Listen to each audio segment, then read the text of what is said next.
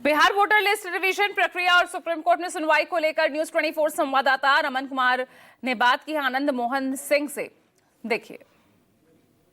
Supreme court ने special intensive revision यानी विशेष गहन पुनरीक्षण पर रोक लगाने से इनकार कर दिया है, लेकिन सुप्रीम कोर्ट ने सुझाव दिया है कि चुनाव आयोग पहचान पत्र में voter I card, Aadhaar card और राशन कार्ड को भी शामिल करने पर विचार करे। पूर्व सांसद आनंद मोहन हमारे साथ हैं। सर, आपको लगता है कि सुप्रीम कोर्ट का ये सुझाव मान लेना चाहिए चुनाव आयोग को?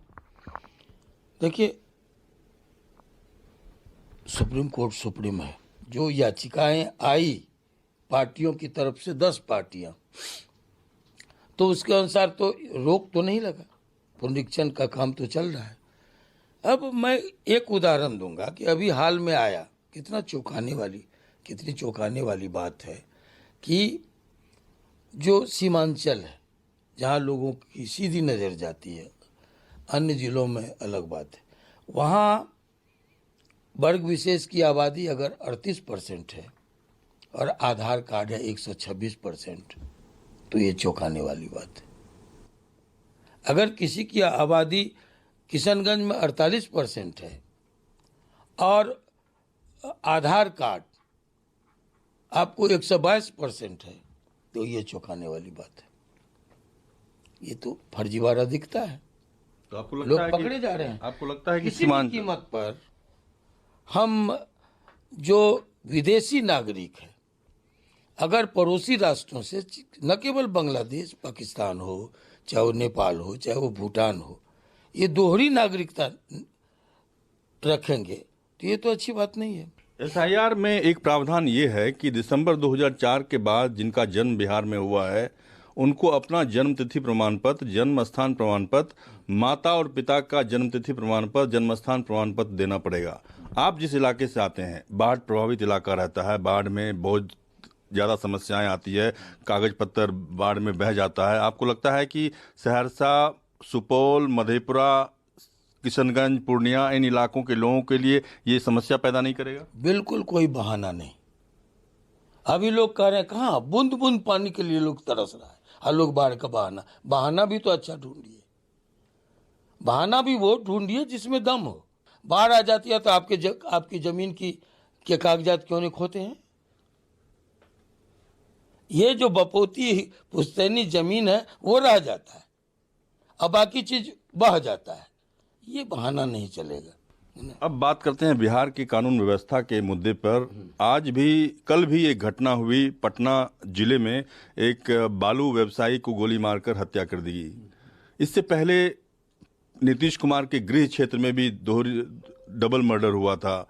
पटना में एक व्यवसायी की हत्या हुई। बिहार के अलग अलग जिलों में जो हिंसा की घटनाएं सामने आ रही हैं, उस पे आपका क्या कहना है?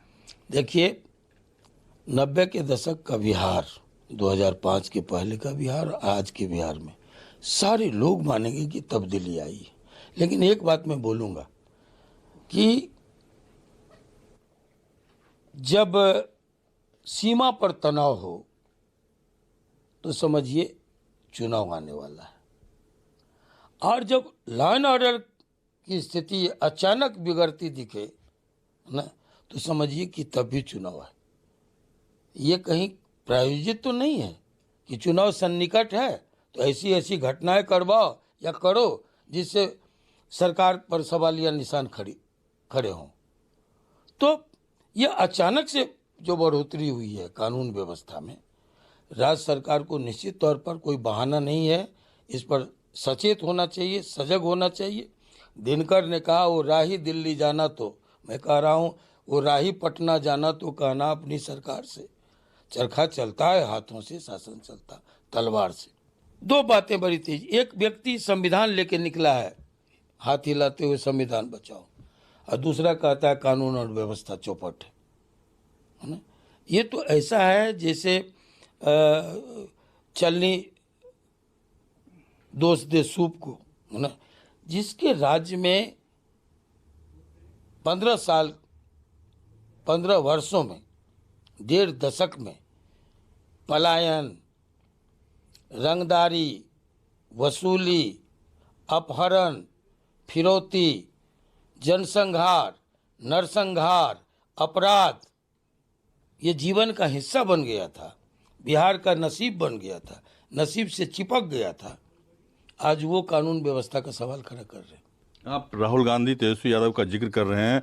एक वीडियो काफी वायरल हुआ है हाल के दिनों में, जब राहुल गांधी तेजस्वी यादव एक गाड़ी पे सवार थे और पप्पू यादव कन्हैया कुमार को एंट्री वहां पे नहीं मिली। आपको लगता है कि पप्पू यादव को भी सोचना चाहिए दोबारा अपनी राजनीति पे? देखिए, जिस तरीके से उनका अपमान हुआ, ये कुछ लोगों को लगातार असुरक्षा का एहसास डरा रहा है और उसी के तहत ये घटना घटी है। मैं तो देख चुका हूं ना, जब चेतन वहां थे और चेतन को भी प्रोजेक्ट करने, कोई नहीं चाहता था कि प्रोजेक्ट आनंद मोहन का बेटा है, निकलेगा, लोकप्रिय हो जाएगा, तो ये तो मैं देख चुका हूं ये सब।